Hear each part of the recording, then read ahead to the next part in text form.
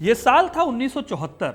जगह थी पोखरण का रेगिस्तान। कुछ भारतीय वैज्ञानिक बिना किसी बड़े जश्न, बिना किसी बड़ी घोषणा, झुलसती हुई रेत के नीचे कुछ ऐसा कर रहे थे जिसने दुनिया के सबसे ताकतवर देशों को भी हिला कर रख दिया। दुनिया को जब इसकी भनक लगी तब तक बहुत देर हो चुकी थी। 18 मई 1974 की वो सुबह भारत के इतिहास में हमेशा के लिए दर्ज हो गई, क्योंकि उस दिन एक साधारण सा दिखने वाला अंडरग्राउंड गड्ढा भारत की आत्मनिर्भरता का प्रतीक बन गया। यह वो तारीख थी जब भारत दुनिया की छठी परमाणु ताकत बन गया। यह कहानी सिर्फ एक एक्सपेरिमेंट की नहीं थी, बल्कि उस देश की थी जिसने बार बार अपनी सीमाओं को तोड़कर खुद को साबित किया।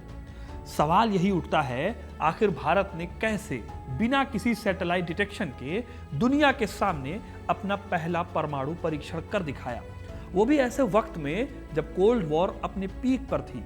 अमेरिका, सोवियत संघ की नजरें पूरी दुनिया के हर एक इंच पर थी।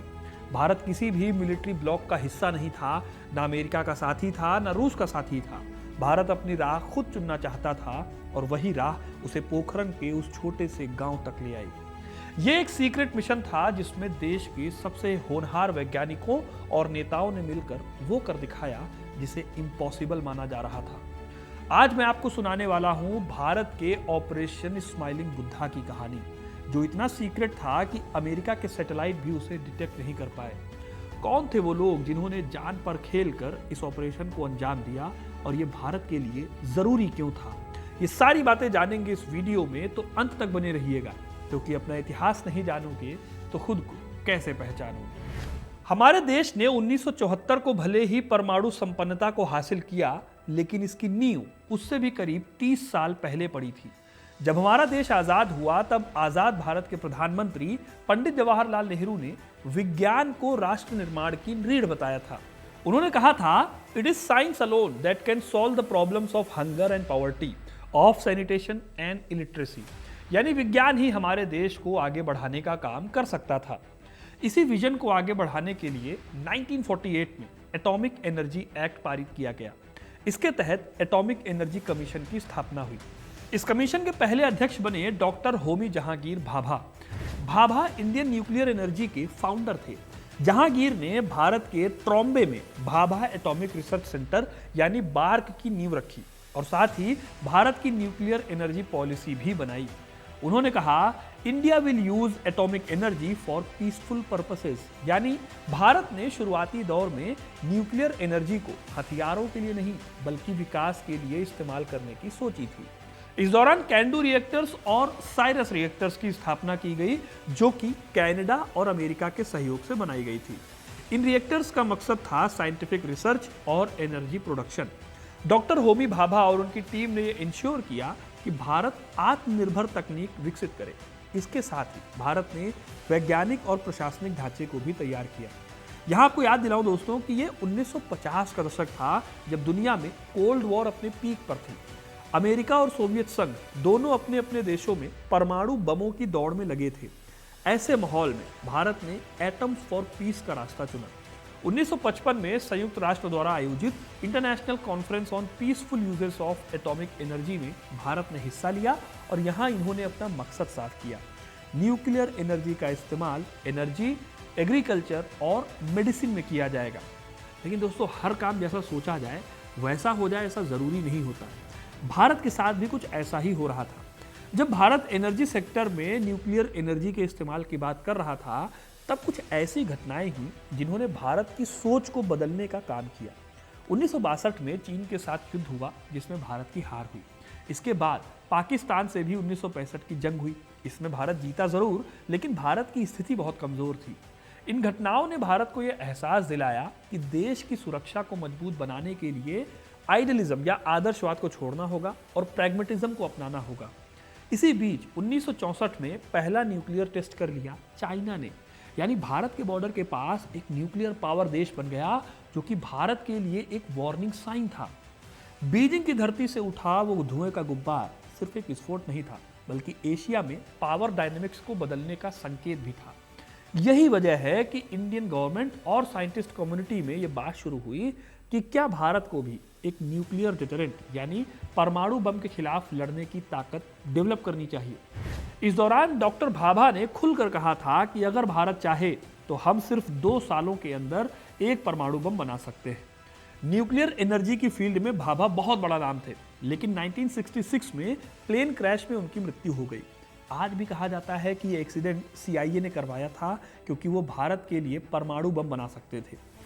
भाभा की मृत्यु से भारत का न्यूक्लियर प्लान कुछ साल पीछे भी हो गया, लेकिन भारत के दूसरे वैज्ञानिकों ने भारत को परमाणु बम दिलाने की ठान ली थी। फिर इस मिशन को उनके उत्तराधिकारी डॉक्टर बसंत कुमार भटनागर, डॉक्टर होमी सेठना और आगे चलकर डॉक्टर राजा रमन्ना ने रुकने नहीं दिया।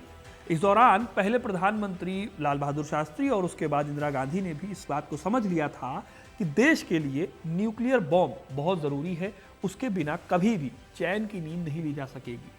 फिर 1968 में जब दुनिया के ज़्यादातर देश न्यूक्लियर नॉन प्रोलिफरेशन ट्रीटी यानी NPT पर साइन कर रहे थे, तब भारत ने इस पर साइन करने से मना कर दिया। इंडिया का कहना था कि यह ट्रीटी उन देशों के हथियारों को खत्म करने की बात नहीं करती जिनके पास पहले से परमाणु हथियार है। सरकार की ओर से क्लियर किया गया कि भारत ने ना तो परमाणु हथियारों की दौड़ में कूदना चाहा, ना ही किसी के आगे झुकना उन्हें पसंद है। यही नीति भारत को आगे भी लेकर गई। यहाँ ना तो हथियारों की खुली चुनौती थी और ना ही पूरी तरह से भारत परमाणु के क्षेत्र में इनएक्टिव था। असल में भारत स्ट्रेटेजिक एम्बिग्विटी को फॉलो कर रहा था, यानी एक ऐसा रास्ता जिसने भारत अपनी कैपेबिलिटी को डेवलप करे लेकिन उसका इस्तेमाल सिर्फ सेल्फ डिफेंस ही हो।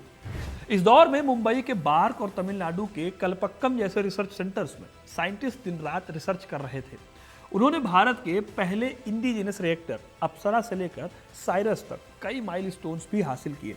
साइरस रिएक्टर जो कनाडा और अमेरिका की मदद से बना था, वही भारत में पहले परमाणु परीक्षण की तकनीकी नींव भी बना। इस तरह भारत धीरे धीरे उस जगह की ओर बढ़ रहा था जहां पर पूरी दुनिया भारत का लोहा मानने वाली थी। सवाल अब यह नहीं था कि भारत कर सकता है या नहीं कर सकता, बल्कि यह था कि भारत कब करेगा। जल्दी ही फिर वो वक्त भी आया जब यह सपना हकीकत में बदलने वाला था। 1972 में doctor Raja Ramanna, doctor Homi Sethna, PK Iyengar और राजगोपाल चंद्रम जैसे सीनियर साइंटिस्ट ने एक सीक्रेट टीम बनाई। इस प्रोजेक्ट का नाम रखा गया स्माइलिंग बुद्धा। यह मिशन पूरी तरह से सीक्रेट रखा गया, यहां तक कि सरकार के बहुत कम लोगों को भी इसकी जानकारी थी। स्माइलिंग बुद्धा का नाम क्यों पड़ा, मैं आपको आगे बताऊंगा। खैर, न्यूक्लियर टेस्ट के लिए जगह चुनी गई राजस्थान के जैसलमेर में। यहाँ पोखरन नाम का रेत के टीलों के बीच बसा हुआ एक छोटा सा गांव था। ये गांव भी इसलिए चुना गया ताकि किसी को भी ना पता चले कि यहाँ हो क्या रहा है। इस काम में इंडियन आर्मी की भी मदद ली गई और इसे आर्मी टेस्ट रेंज के तौर पर दिखाकर डिस्गाइज किया गया। जो काम यहाँ चल रहा था उसे सॉइल टेस्टिंग या आर्मी ट्रेनिंग के नाम पर दिखाया गया। यह काम इसलिए हो रहा था क्योंकि अमेरिका के सैटेलाइट काफी स्ट्रांग थे और वो पकड़ सकते थे। उनकी पकड़ में आसानी से कोई भी न्यूक्लियर टेस्टिंग आ सकती थी। यही वजह है कि साइंटिस्ट की टीम ने खुद को छिपाने के लिए हर एक पॉसिबल स्टेप उठाए। सैटेलाइट से बचने के लिए सारा काम रात में किया जा रहा था। दिन के उजाले में हर तरह की एक्टिविटी को रोक दिया जाता। जब सैटेलाइट के पास करने का टाइम आता तो सारे इक्विपमेंट्स को ढक दिया जाता और साइंटिस्ट सिविलियन कपड़ों में काम करने लगते। इंडियन आर्मी और साइंटिस्ट ने सारी तैयारी कर रखी थी। इन्होंने टोटल 5 गड्ढे खोदे थे।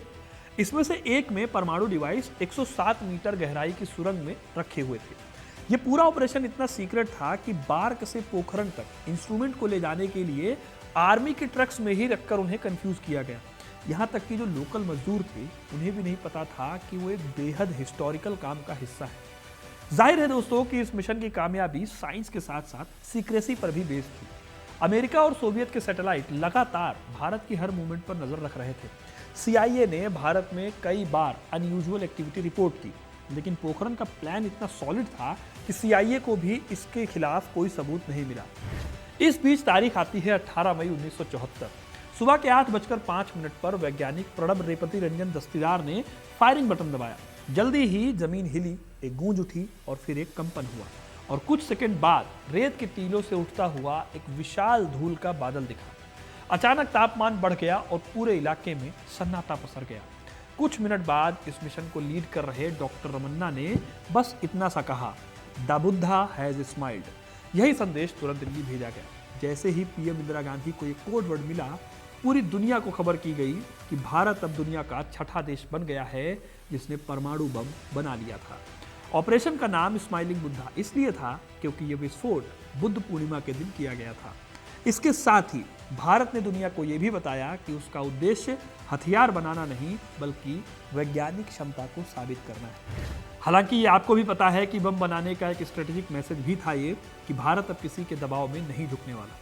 इसी वजह से खुद राजा रमन्ना ने भी बाद में कहा था, we had to prove that India could make it on its own, that was the real purpose. और सचमुच उस दिन भारत ने दुनिया को दिखा दिया कि बिना किसी फॉरेन हेल्प के, बिना किसी मॉडर्न टेक्नोलॉजी के या फिर सैटेलाइट सपोर्ट के बिना इंडियन साइंटिस्ट ये उपलब्धि हासिल कर सकते हैं।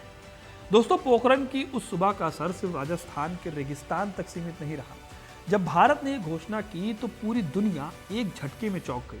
वॉशिंगटन, लंदन, मॉस्को और बीजिंग, इन सभी राजधानियों में एक ही सवाल गूंजने लगा, how did India do it without anyone knowing. इसे अमेरिका की इंटेलिजेंस एजेंसी CIA के लिए सबसे बड़ी नाकामियों में से एक माना गया। उनके सैटेलाइट्स ने महीनों तक भारत के राजस्थान के इलाकों में निगरानी की, लेकिन उनके हाथ हमेशा खाली रहे। भारत की इस कामयाबी ने कोल्ड वॉर की 2 सुपर पावर अमेरिका और सोवियत संघ दोनों को अनकंफर्टेबल कर दिया। अमेरिका नहीं चाहता था कि चीन के बाद साउथ एशिया में कोई नई परमाणु ताकत खड़ी हो, जबकि USSR भारत के साथ अच्छे रिलेशन होने के चलते भारत के इस कदम पर चुप्पी साधे रहा। सबसे बड़ी खबर यह चीन के लिए थी, जिसने 10 साल पहले टेस्ट किया था और एशिया का पहला परमाणु राष्ट्र बना था। लेकिन अब उसका पड़ोसी भारत भी इस रेस में उसके साथ खड़ा था। इन सबका रिजल्ट ये हुआ कि भारत को इंटरनेशनल लेवल पर काफी क्रिटिसिज्म झेलना पड़ा। इंदिरा गांधी की सरकार ने इस टेस्ट को पीसफुल न्यूक्लियर एक्सप्लोजन भले ही बताया था, लेकिन इंटरनेशनल लेवल पर इसे कोई भी पीसफुल नहीं मान रहा था। कनाडा, जिसने भारत को रिएक्टर टेक्नोलॉजी दी थी, उसने तुरंत सभी सहयोग कार्यक्रम रोक दिए। अमेरिका ने अपने परमाणु सहयोग पर बैन लगा दिया और भारत को न्यूक्लियर पेरिया की श्रेणी में डाल दिया, यानी ऐसा देश जिससे परमाणु क्षेत्र में कोई सहयोग नहीं किया जाएगा। 1976 में अमेरिका ने न्यूक्लियर नॉन प्रोलिफरेशन एक्ट पास किया। इसका सीधा असर भारत पर पड़ा। इस कानून के तहत अमेरिका केवल उन्हीं देशों को न्यूक्लियर टेक्नोलॉजी और न्यूक्लियर फ्यूल देने वाला था जिन्होंने NPT और IAEA की निगरानी को एक्सेप्ट किया। अब क्योंकि भारत ने NPT पर साइन किए नहीं थे, इसलिए इस कानून का सीधा असर भारत पर पड़ा। अमेरिका ने तारापुर जैसे प्रोजेक्ट्स के लिए न्यूक्लियर फ्यूल सप्लाई रोक दी। इससे भारत को अपनी स्वदेशी न्यूक्लियर क्षमता विकसित करने की दिशा में और ज्यादा आत्मनिर्भर होना पड़ा। इसके बाद भारत को फॉरेन से मिलने वाली टेक्नोलॉजी और न्यूक्लियर फ्यूल मिलना बंद हो गया। ठीक इसी टाइम पर गठन हुआ न्यूक्लियर सप्लायर्स ग्रुप यानी NSG का। इसका मकसद ही था कि फ्यूचर में कोई भी देश भारत की तरह बिना इजाजत के न्यूक्लियर बॉम्ब की टेस्टिंग न कर दे। हालांकि इन बैन्स के बाद भी भारत ने झुकने से इनकार किया। इंदिरा गांधी ने साफ कहा कि भारत का न्यूक्लियर प्रोग्राम भारत के आत्मविश्वास के लिए है। यही बात भारत के साइंटिस्ट ने भी दोहराई। इस प्रतिबंध के बाद फिर भारत ने आत्मनिर्भरता की राह पकड़ी। डॉक्टर होमी सेठना और उनकी टीम ने कनाडाई सहयोग के बिना भारत के अपने परमाणु रिएक्टर डिजाइन किए। तारापुर और कलपक्कम जैसे सेंटर्स पर घरेलू तकनीक से काम शुरू किया गया। ईंधन उत्पादन, रिएक्टर डिजाइन और फ्यूल साइकिल सब कुछ भारतीय वैज्ञानिकों ने खुद विकसित किया। अब दोस्तों, इंटरनेशनल लेवल पर कितनी ही आलोचना हुई हो, लेकिन देश में इंदिरा गांधी को आयरन लेडी कहा जाने लगा। पोखरण टेस्ट ने हर भारतीय के भीतर ये कॉन्फिडेंस जगाया कि हम भी कर सकते हैं। 1974 के इस एक्सप्लोजन के बाद कई सालों तक भारत ने ऑफिशियली कोई दूसरा टेस्ट नहीं किया। पोखरण के बाद भारत ने परमाणु क्षेत्र में स्ट्रेटेजिक एम्बिग्युइटी की नीति अपनाई, यानी भारत ना तो ये मानता था कि उसके पास परमाणु हथियार हैं, ना ये कहता था कि नहीं है। यह रणनीति भारत को दशकों तक अंतर्राष्ट्रीय प्रेशर से बचाए रखने में कामयाब रही। इस तरह 1974 का वो एक्सप्लोजन दुनिया के लिए एक शॉक था, लेकिन भारत के लिए ये एक रीबर्थ था, एक ऐसा क्षण जब उसने खुद को डिपेंडेंट नेशन से स्ट्रेटेजिक पावर में बदल दिया। आज इतिहासकार लिखते हैं कि अगर 1974 में स्माइलिंग बुद्धा नहीं हुआ होता तो शायद 1998 का पोखरण 2 भी पॉसिबल नहीं होता। पहले न्यूक्लियर टेस्ट ने ही वो साइंटिफिक, वो टेक्नोलॉजिकल और पॉलिटिकल कॉन्फिडेंस दिलाया जिसने भारत को आज एक रिस्पॉन्सिबल न्यूक्लियर पावर बनाया है। भारत ने उस एक्सप्लोजन के बाद भी संयम बनाए रखा। उसने ना तो हथियारों की दौड़ में हिस्सा लिया और ना ही किसी देश को परमाणु बम की धमकी दी। इसके बजाय भारत ने अपने न्यूक्लियर प्रोग्राम को 3 लेवल्स पर इस्टेब्लिश किया: न्यूक्लियर एनर्जी, रिसर्च और स्ट्रेटेजिक सिक्योरिटी। इसका मकसद बहुत साफ था, एनर्जी के क्षेत्र में आत्मनिर्भरता आए, साइंस में प्रगति हो और राष्ट्रीय सुरक्षा की गारंटी मिले। तो दोस्तों, ये थी कहानी भारत के पहले न्यूक्लियर टेस्ट की। पोखरण की कामयाबी ने भारतीय राजनीति में भी विज्ञान की ताकत को स्टैब्लिश किया। जब इंदिरा गांधी ने अपने वैज्ञानिकों पर भरोसा किया तो ये सिर्फ एक टेस्ट नहीं था, बल्कि ये एक कॉन्फिडेंस था कि राष्ट्रीय सुरक्षा बंदूकों से नहीं, दिमागों से भी बनती है। और यही कॉन्फिडेंस आने वाले टाइम में हर प्रधानमंत्री ने आगे बढ़ाया।